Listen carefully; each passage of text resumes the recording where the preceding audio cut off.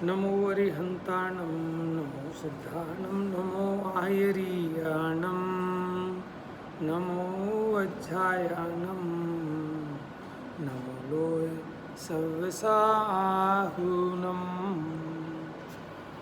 वन्दितु सर्वसिद्धे ध्रुवमचलमणोवमं गतिं पत्ते वोच्छामि समयपाहुड मृणमोषधकेवली भणिदं नमः समयसाराय स्वानुभूत्या चकासते चित्स्वभावाय भावाय सर्वभावान्तरक्षिते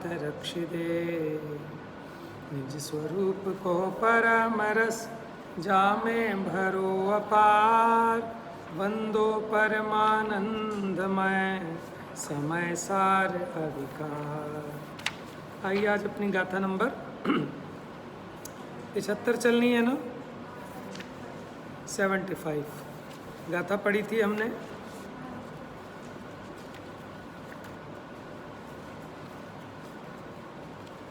यानी 15 क्लासेस शेष हैं आपके पास मोटा मोटी, है ना। 15 अगस्त पे छुट्टियाँ उट्टियाँ भी हो जाएंगी, आप लोग भी कहीं बाहर बाहर जाएंगे। चलिए निकाल लीजिए जल्दी से, ठीक है। उपयोग को एकाग्र करेंगे तो कम समय में ज़्यादा काम हो पाएगा। पूछिए जल्दी से।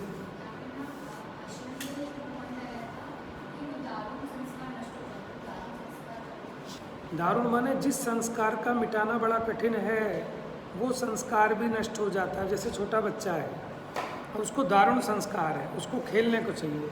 उसे कोई दिन में कहे सो जाओ तो वो सोने को तैयार नहीं। समझ में आया। अब उसको खेल की ऐसी रुचि है कि कोई कितना ही समझाए लेकिन वो मानने वाला नहीं है। लेकिन जब उसका बचपना ढल जाता है और वो युवापन को प्राप्त होता है, ठीक है ना, तो ऑटोमेटिक उसका वो संस्कार नष्ट हो जाता है। उसी प्रकार जब क्रोध प्रकृति का तीव्र उदय हो तो इसे कितना ही समझाओ लेकिन इसका क्रोध शांत होने वाला नहीं है। लेकिन जब वो कर्म का उदय मंद हो जाता है, ठीक है, डाउन हो जाता है, अब वो कितना ही गाढ़ा संस्कार हो लेकिन अब वो संस्कार नष्ट हो जाता है। इससे समझ में आया कि ये जो क्रोधाधिक भाव हैं ये शरणभूत नहीं है, क्योंकि खुद ही टिकने वाले नहीं हैं, कर्म के उदय के हिसाब से हैं। आइए 75 नंबर गाथा। कम्मस्य परिणामं नो कम्मस्य तहेव परिणामं न करे दिए अमादा जो जान दिसो हवदी नानी। गाथा देखिए। कम्मस्य परिणामम माने कर्म के परिणाम को, नो कम्मस्य तहेव परिणामम, और नो कर्म के परिणाम को, गाथा में देखो जल्दी जल्दी, न करे दी नहीं करता, ए मादा ऐसा आत्मा, जो जान दी सो हवदी नानी, माने ऐसा आत्मा जो कर्म के और नो कर्म के परिणाम को नहीं करता मात्र जानता है, वह ज्ञानी है। टीका जरूर पढ़ूंगा मैं इसकी, लेकिन जल्दी से देखिए। अब ध्यान से देखना, टीका में उंगली रख के पेंसिल ले लो और जहाँ आपको लगे अंडरलाइन। मिली नहीं बेटा अभी टीका? और देखो फटाफट। निश्चय से मोह राग द्वेष सुख दुख आदि रूप से अंतरंग में उत्पन्न होता हुआ जो कर्म का परिणाम, अंडरलाइन करो। कर्म के परिणाम को परिभाषित किया, मोह राग द्वेष सुख दुख आदि रूप से अंतरंग में उत्पन्न होता हुआ जो कर्म का परिणाम, ठीक है, क्योंकि कर्म के उदय का विपाक, ठीक है, उसी का नाम मोह राग द्वेष सुख दुख आदि है। और अब नो कर्म का परिणाम बता रहे हैं। स्पर्श रस गंध वर्ण शब्द बंध संस्थान स्थूल सूक्ष्म ऐसा बाहर उत्पन्न होता हुआ जो नो कर्म का परिणाम, यानी कर्म का परिणाम है सूक्ष्म और नो कर्म का परिणाम है स्थूल। आप अंतर भी कर सकते हैं ना इसमें, कर्म का परिणाम क्या है और नो कर्म का परिणाम क्या है। डाल लिया करो फटाफट लाइन है कैसे डिफरेंस वाली। तो कह रहे हैं जो कर्म का परिणाम है और जो नो कर्म का परिणाम है ये सब ही पुद्गल परिणाम है। अंडरलाइन करो। अब हमें समझाने की ज़रूरत नहीं है पुद्गल परिणाम क्यों है। हमने जो जीवाजीव अधिकार देखा था वहाँ इन बातों को स्पष्ट किया था सबको कि ये जो 29 भाव हैं ये पुद्गल के परिणाम हैं। उन 29 भावों को 2 भागों में बांटा। वर्णादि अनुरागादि ते निज भाव को न्यारा किया। तो वर्णादि में क्या हो गए नो कर्म के परिणाम और रागादि में क्या हो गए कर्म का परिणाम। बात समझ में आ रही है आपको। जीव का परिणाम है कि कर्म का परिणाम है ये मोह राग द्वेषादि। अब ये कन्फ्यूज़न खड़ा होगा। अब आगे बढ़ते बढ़ते जब 84-85 आदि गाथाएँ आएंगी तब इसका समाधान कर देंगे कि भैया मिथ्यात्व भी 2 प्रकार का होता है, क्रोध भी 2 प्रकार का होता है। जीव मिथ्यात्व अजीव मिथ्यात्व, जीव क्रोध अजीव क्रोध, है ना। ये सब आगे बताएंगे। लेकिन अभी किसकी बात है पुद्गल के परिणाम की बात है। अभी जीव के परिणाम की बात नहीं है। परमार्थ से अब देखना वही घड़े वाला उदाहरण जो 19वीं गाथा में भी आया। देखिए बेटा किताब में देखिए, जब मैं टीका में पढ़ाऊँ तो टीका में ध्यान से देखना क्योंकि छोटी छोटी चीज़ें आपके माइंड में सेट हो जाएंगी एक बार में तो आपको क्लियर हो जाएगा, नहीं तो फिर उलझे रहोगे। देखेंगे मिल गया। जैसे घड़े के और मिट्टी के व्याप्य व्यापक भाव का सद्भाव होने से कर्ता कर्मपना है। तो इसमें व्याप्य व्यापकपना और कर्ता कर्मपना इनको अंडरलाइन करो पेंसिल से। है पेंसिल आपके पास? वो हो गायब हो गए। फिर व्याप्य व्यापकपना और कर्ता कर्मपना, क्योंकि जहाँ व्याप्य व्यापकपना होता है वहीं कर्ता कर्मपना होता है। क्योंकि मिट्टी घड़े में व्याप्त है तो मिट्टी कर्ता है और घड़ा क्या है कर्म है। तो जो व्यापक है वो कर्ता होता है और व्याप्य कर्म होता है। यहाँ बताओ व्याप्य कौन है? घड़े और मिट्टी में व्याप्य कौन है? घड़ा व्याप्य है, माने जिसमें व्याप्य वो व्याप्य और जो व्याप्य वो व्यापक। तो मिट्टी व्यापक है, लिख लो मिट्टी व्यापक है और घड़ा उसका व्याप्य है। ये तो उदाहरण था। उसी प्रकार पुद्गल परिणाम के और पुद्गल के ही व्याप्य व्यापक पने का सद्भाव होने से कर्ता कर्मपना होता है। यानी पुद्गल करता है और पुद्गल का परिणाम उसका कर्म है। पुद्गल और पुद्गल के परिणाम में व्याप्य व्यापकपना होने से उन्हीं में कर्ता कर्मपना है। जीव में और पुद्गल के परिणाम में कर्ता कर्मपना नहीं है कि जिससे जीव पुद्गल के परिणाम का कर्ता हो गए। पुद्गल द्रव्य स्वतंत्र व्यापक है। देखो कर्ता किसे कहते हैं कि जो स्वाधीनतया करे, स्वतंत्रतया करे, स्वतंत्रतया व्यापक हो, वो क्या है कर्ता। तो पुद्गल स्वतंत्र व्यापक है, इसलिए पुद्गल परिणाम का कर्ता कौन है? पुद्गल। और पुद्गल परिणाम उस व्यापक से स्वयं व्याप्त होने के कारण कर्म। इसमें प्रश्न ऐसा बन सकता है कि पुद्गल कर्ता और पुद्गल परिणाम कर्म क्यों है। तो इसमें ये लाइन लिखी जाएगी, अंडरलाइन कर लो इसको। कौन सी लाइन? कि पुद्गल द्रव्य स्वतंत्र व्यापक है इसलिए पुद्गल परिणाम का कर्ता है और पुद्गल परिणाम उस व्यापक से स्वयं व्याप्त होने के कारण कर्म है। इसलिए पुद्गल द्रव्य के द्वारा, सुनना बेटा ध्यान से, अब छोड़ दो उसको। पुद्गल द्रव्य के द्वारा कर्ता होकर कर्म रूप से किया जाने वाला जो समस्त कर्म नो कर्म रूप पुद्गल परिणाम है, उसे जो आत्मा माने पुद्गल परिणाम को और आत्मा को घट और कुम्हार की भांति व्याप्य व्यापक भाव के अभाव के कारण कर्ता कर्मपने की असिद्धि होने से, क्योंकि कुम्हार और घड़ा इनमें व्याप्य व्यापकपना नहीं है, इसलिए इनमें कर्ता कर्मपने की असिद्धि है। तो इसलिए परमार्थ से जीव पुद्गल के परिणाम का कर्ता नहीं है, परंतु पुद्गल परिणाम के ज्ञान को समझना। पुद्गल परिणाम का तो कर्ता नहीं है आत्मा, लेकिन पुद्गल परिणाम के ज्ञान का कर्ता तो है ना, ज्ञान का, जानने का, और वो जानने का भाव पुद्गल परिणाम का है कि जीव का है? लेकिन उसका विषय पुद्गल परिणाम है, इसलिए उसको उपचार से क्या कहते हैं? पुद्गल परिणाम के ज्ञान का, जबकि ज्ञान तो आत्मा का परिणाम है। ध्यान से, बिल्कुल कंसंट्रेशन रहना चाहिए आपका। परंतु पुद्गल परिणाम के ज्ञान को अंडरलाइन कर लेना। पुद्गल परिणाम को तो नहीं करता, लेकिन पुद्गल परिणाम के ज्ञान को कर्म रूप से करता हुआ अपने आत्मा को जानता है। माने अपने आत्मा को कैसा नहीं जानता कि मैं कर्म नो कर्म के परिणाम को करता हूँ, ऐसा नहीं जानता। फिर कैसा जानता है कि मैं उस संबंधी अपने ज्ञान को करता हूँ, ऐसा जो जानता है वह आत्मा अत्यंत भिन्न ज्ञान स्वरूप होता हुआ ज्ञानी है। अब देखो, पुद्गल परिणाम का ज्ञान आत्मा का कर्म कैसे है, ये प्रश्न बन जाएगा इसमें। पुद्गल परिणाम का ज्ञान किसका कर्म है और पुद्गल परिणाम किसका कर्म है? अच्छा, पुद्गल परिणाम किसका कर्म है? बोलिए, पीछे वाले भी बोलिए। पुद्गल परिणाम किसका कर्म है? देखने की जरूरत नहीं है, सोचने की जरूरत है। नुकसान हो रहा है फिर आपको। बताओ क्या है? पुद्गल परिणाम किसका कर्म है? बताओ बेटा, पुद्गल परिणाम किसका कर्म है? पुद्गल का।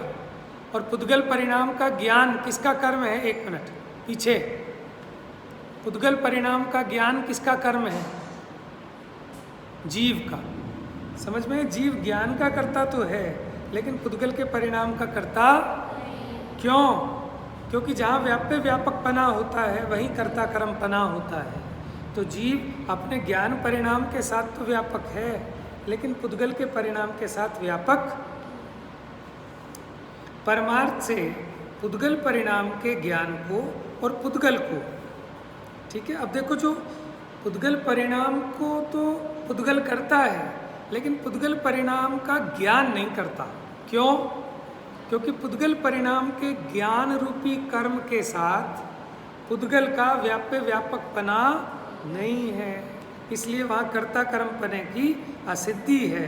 और जैसे घड़े और मिट्टी के व्याप्य व्यापक का सद्भाव होने से कर्ता कर्मपना है, उसी प्रकार आत्म परिणाम और आत्मा के व्याप्य व्यापक भाव का सद्भाव होने से कर्ता कर्मपना है। देखो, ये बात समझ में आ जाएगी ना तो आप पूरा लिख सकते हो इस पर 100 शब्द, और नहीं समझ में आएगी तो फिर तो बात ही कुछ नहीं है। आत्मद्रव्य स्वतंत्र व्यापक होने से आत्म परिणाम का, माने आत्म परिणाम किसको कहा, यहाँ अंडरलाइन कर लेना। आत्म परिणाम इज इक्वल टू पुद्गल परिणाम का ज्ञान।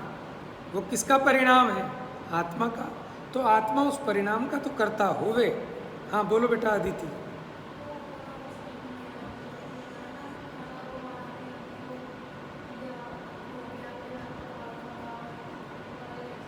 देखो, घड़े और कुम्हार में व्याप्य व्यापकपना नहीं है, मिट्टी और घड़े में व्याप्य व्यापकपना है। कुम्हार घड़े में थोड़ी व्याप्त होता है। तो इसी प्रकार पुद्गल परिणाम के ज्ञान में जीव व्याप्त होता है, पुद्गल व्याप्त नहीं होता उसके ज्ञान में। ओके, आगे चलो। आत्मद्रव्य स्वतंत्र व्यापक होने से आत्म परिणाम का, माने आत्म परिणाम को क्या कहा? पुद्गल परिणाम के ज्ञान का, क्योंकि पुद्गल परिणाम का जो ज्ञान है वो आत्मा का परिणाम है, उसका करता है। और पुद्गल परिणाम का ज्ञान उस व्यापक से स्वयं व्याप्य होने से कर्म है। इसको भी अंडरलाइन कर लेना। सेम ये वाली लाइन पीछे भी आई है। और इस प्रकार ज्ञाता पुद्गल परिणाम का ज्ञान करता है, इसलिए ऐसा भी नहीं है क्या कि पुद्गल परिणाम ज्ञाता का व्याप्य हो। माने मैंने पुद्गल परिणाम को जाना तो ऐसा नहीं है कि पुद्गल परिणाम मेरा व्याप्य हो जाए और मैं उस पुद्गल परिणाम का व्यापक हो जाऊं। मैं सिर्फ उस संबंधी अपने ज्ञान से व्यापक बने रहता हूँ, क्योंकि पुद्गल और आत्मा के ज्ञेय ज्ञायक संबंध का व्यवहार होने से, क्योंकि दो द्रव्य में हो गया ना कि मैं ज्ञाता और ये पुद्गल का परिणाम मेरा ज्ञेय, इसलिए इसको व्यवहार कहा कि एक तो दो भिन्न द्रव्यों में संबंध स्थापित किया, ज्ञेय ज्ञायक का किया, लेकिन दो अलग अलग द्रव्यों में किया, इसलिए व्यवहार कहा। कोई ये ना समझे कि आत्मा इन ज्ञेयों को जानता ही नहीं, इसलिए व्यवहार का, ऐसा नहीं। दो द्रव्यों में संबंध स्थापित करना, इसका नाम व्यवहार है। हालांकि यहाँ ज्ञेय ज्ञायक संबंध है। तो फिर पुद्गल और आत्मा के ज्ञेय ज्ञायक संबंध का व्यवहार मात्र होने पर भी पुद्गल परिणाम जिसका निमित्त है, क्या कह रहे हैं, अंडरलाइन करना इसको, पुद्गल परिणाम जिसका निमित्त है, ऐसा ज्ञान ही ज्ञाता का व्याप्य है। पुद्गल परिणाम उसका निमित्त है, किसका, कि उत्तत संबंधी ज्ञान का, और उससे व्यापक कौन है, कि ये आत्मा, जानने रूप आत्मा, उसको जानने रूप परिणमित होता है, इसलिए अपने उस जानने रूप भाव का आत्मा करता है। पुद्गल के परिणाम का आत्मा करता, पुद्गल का व्याप्य व्यापकपना पुद्गल के परिणाम के साथ, और जीव का व्याप्य व्यापकपना। तो यहाँ जो पुद्गल के परिणाम है दो प्रकार के बताए हैं, एक अंतरंग और एक बहिरंग। अंतरंग माने सूक्ष्म, बहिरंग माने स्थूल। अंतरंग माने कर्म के उदय का विपाक, जो मोह राग द्वेष सुख दुख हैं, उनको कहा कर्म का परिणाम। और नौ कर्म का परिणाम स्पर्श रस गंध वर्ण बंध स्थूल सूक्ष्म आदि, ये नौ कर्म का परिणाम है। लेकिन ये दोनों के दोनों ही पुद्गल के परिणाम हैं। अब लोग यहाँ क्यों फंस जाते हैं, लोग ये नहीं समझ पाते कि मोह राग द्वेष सुख दुख ये पुद्गल के परिणाम कैसे हैं।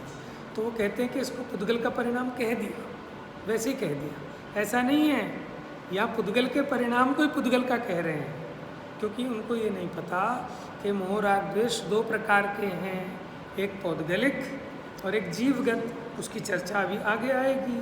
तो ये टीका उम्मीद है कि आपको क्लियर हो गई होगी। अब एक अगला जो कलश है उसका मैं अर्थ जरूर पढ़ूंगा, देखो श्लोकार्थ नेक्स्ट इसके नीचे।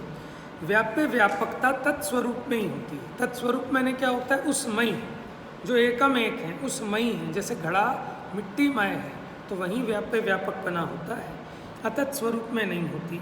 और व्याप्य व्यापक भाव के संभव के बिना कर्ता कर्म की स्थिति कैसी है। ऐसे प्रबल विवेक रूप और सबको ग्रासीभूत करने के स्वभाव वाले ज्ञान प्रकाश के भार से अज्ञान अंधकार को भेदता हुआ, देखोगे तो समझ में आएगा बेटा, ये आत्मा ज्ञान स्वरूप होकर उस समय कर्तृत्व रहित होता हुआ शोभित होता है। देखो नीचे भावार्थ पढ़ना जरूरी है। जो सर्व अवस्थाओं में व्याप्त होता है सो तो व्यापक है, लिख लेना। और कोई एक अवस्था विशेष वह उस व्यापक का व्याप्य है, अंडरलाइन कर लेना, इसमें व्यापक व्याप्य की परिभाषा आ गई। इस प्रकार द्रव्य व्यापक है, पर्याय व्याप्य है। इसलिए द्रव्य पर्याय अभेद रूप है। जो द्रव्य का आत्मा स्वरूप अथवा सत्व है वही पर्याय का आत्मा स्वरूप अथवा सत्व है। ऐसा होने से द्रव्य पर्याय में व्याप्त होता है और पर्याय द्रव्य के द्वारा व्याप्त हो जाती है। माने द्रव्य व्यापक है, वो सर्व अवस्थाओं में पाया जाता है, लेकिन जो अवस्थाएं हैं वो व्याप्य होती हैं, और जो अवस्थाओं में रहने वाला है वो व्यापक है। जैसे सोना व्यापक है कि व्याप्य, कड़े कुंडल आदि में सोना व्यापक है। आप देखो जो बड़ा है, जो सर्व अवस्थाओं में वो व्यापक, और एक एक अवस्था में कड़े में व्याप रहा है तो कड़ा उसका व्याप्य, फिर कड़ा नष्ट हो गया कुंडल बन गए तो कुंडल हो गया व्याप्य, और सोना व्यापक है। ऐसा होने से द्रव्य पर्याय में व्याप्त होता है और पर्याय द्रव्य के द्वारा व्याप्त हो जाती है। ऐसी व्याप्य व्यापकता तत्स्वरूप में ही होती है, माने जो अभिन्न सत्ता वाले पदार्थ हैं उन्हीं में होती है, अतत् स्वरूप में नहीं होती। जहाँ व्याप्य व्यापक भाव होता है वहीं कर्ता कर्म भाव होता है। व्याप्य व्यापक भाव के बिना कर्ता कर्म भाव नहीं होता। जो ऐसा जानता है, अब बात यह है कि है तो, लेकिन अब जो ऐसा जाने वह पुद्गल और आत्मा के कर्ता कर्म भाव नहीं है, ऐसा जानता है। और ऐसा जानने पर ज्ञानी होता है, कर्ता कर्म भाव से रहित होता है। और ज्ञाता दृष्टा जगत का साक्षीभूत होता है। ये 75 नंबर की गाथा बहुत चैलेंजिंग गाथा थी, समझ में आया? इसको समझना आसान नहीं है। बड़े बड़े धुरंधर इसमें फंस जाते हैं, अपने ही जाल में फंस जाते हैं, लेकिन हम फंसे बिना निकल गए। ठीक है, कोई कन्फ्यूज़न कहीं से कहीं तक नहीं है। कन्फ्यूज़न हमारी उल्टी मान्यताओं से होता है। ठीक है, एग्जैक्ट, क्योंकि आप क्रम से पढ़ रहे हैं इसलिए आपको फंसावट नहीं लगेगी, लेकिन जो इधर उधर की बीच बीच की गाथाएं पढ़ते हैं वो फंस जाते हैं। समझ में आया? क्योंकि आप क्रम से चल रहे हैं ना, इसलिए। बहु भांति पुद्गल करम सब ज्ञानी पुरुष जाना करे, पर द्रव्य पर्यायो न प्रण में नहीं ग्रहे नहीं उपजे। 3 बातें हैं, परिणमना, ग्रहण करना और उत्पन्न होना। इसी को हम कहते हैं, प्राप्त करने को कहते हैं प्राप्य। कर्म 3 प्रकार का होता है। कर्म आगे की 5 गाथाएं खत्म हो जाएंगी पूरी। कर्म 3 प्रकार से होता है। तो जिसको कर्ता प्राप्त करे उसे भी कर्म कहते हैं, वो कहलाएगा प्राप्य कर्म। ठीक है, कर्ता जिस रूप से परिणमित हो वो उसका विकार्य कर्म है। क्या है? विकार्य। ठीक है, प्राप्य हो गया, विकार्य हो गया। तीसरा है निर्वृत्य। कर्ता जिस भाव रूप से उत्पन्न हो वो है निर्वृत्य। जैसे मिट्टी घड़े रूप से उत्पन्न हुई, मिट्टी घड़े रूप से उत्पन्न हुई तो उत्पन्न हुई ना, इसको कहते हैं रचना हुई उसकी। इसका मतलब है कि घड़ा मिट्टी का निर्वृत्य कर्म है। अच्छा, मिट्टी ने घड़े रूप परिणाम को प्राप्त किया तो ये हो गया प्राप्य कर्म। क्या हो गया? और मिट्टी ही घड़े रूप परिणमित हुई है। परिणमित होना इसको कहेंगे विकार्य। एक बार सब बोलेंगे, परिणमित होना इसको क्या कहेंगे? विकार्य। उत्पन्न होना इसको क्या कहेंगे? निर्वृत्य। और प्राप्त करना प्राप्य कर्म। तो कर्म को 3 प्रकार से परिभाषित किया जाता है कि उस रूप से उत्पन्न होना, उत्पन्न होने का हो गया निर्वृत्य कर्म, उस भाव को प्राप्त करना प्राप्य कर्म, उस रूप परिणमित होना। तो इस प्रकार से हम कर्म को समझते हैं कि अगर वो इसमें 3 क्वालिटी हैं तो वो कर्म है, और जो इस रूप परिणमित हुआ, जिसने उस भाव को प्राप्त किया, जो उस रूप से उत्पन्न हुआ, वो करता है। बात समझ में आगे भी आगे की 4-5 गाथाएं कंप्लीट। 76, 77 मैंने इसमें बता रहे हैं कि ज्ञानी अपने द्रव्य पर्यायों में तो परिणमता उत्पन्न होता है, लेकिन पर द्रव्य के गुण पर्यायों को उनमें परिणमता नहीं है। 76, 77, 78। ठीक है, इसी प्रकार पुद्गल का फल ज्ञानी जानता है लेकिन उस रूप परिणमित नहीं होता, इसलिए वो उसका कर्म नहीं होता। 79 अपने परिणामों में परिणमता है, उपजता है। तो इसमें बताया इस प्रकार जीव जीव के भाव को करता है, पुद्गल के भाव को नहीं करता, पुद्गल पुद्गल के भाव को करता है। ठीक है, 83 तक आप पढ़ के आएंगे गाथाएं और उसका अर्थ। 83 तक कंप्लीट है क्योंकि उस विषय का पोषण है बस यहाँ पर। 84 से नया सब्जेक्ट स्टार्ट होगा जो मैं कल से स्टार्ट करूँगा। आप पढ़ के आएंगे गाथा और उसका सामान्य अर्थ और टीका, ये होमवर्क है। जब तक होमवर्क नहीं करोगे तो कोर्स फिर कैसे होगा? कुछ नहीं है इसमें, बहुत ईजी है। हाँ, इसमें सिर्फ प्राप्य विकार्य निर्वृत्ति से सिद्ध किया है कि एक द्रव्य दूसरे द्रव्य का करता नहीं। अब समय हो गया, कल डिस्कस करेंगे, जाइए जल्दी।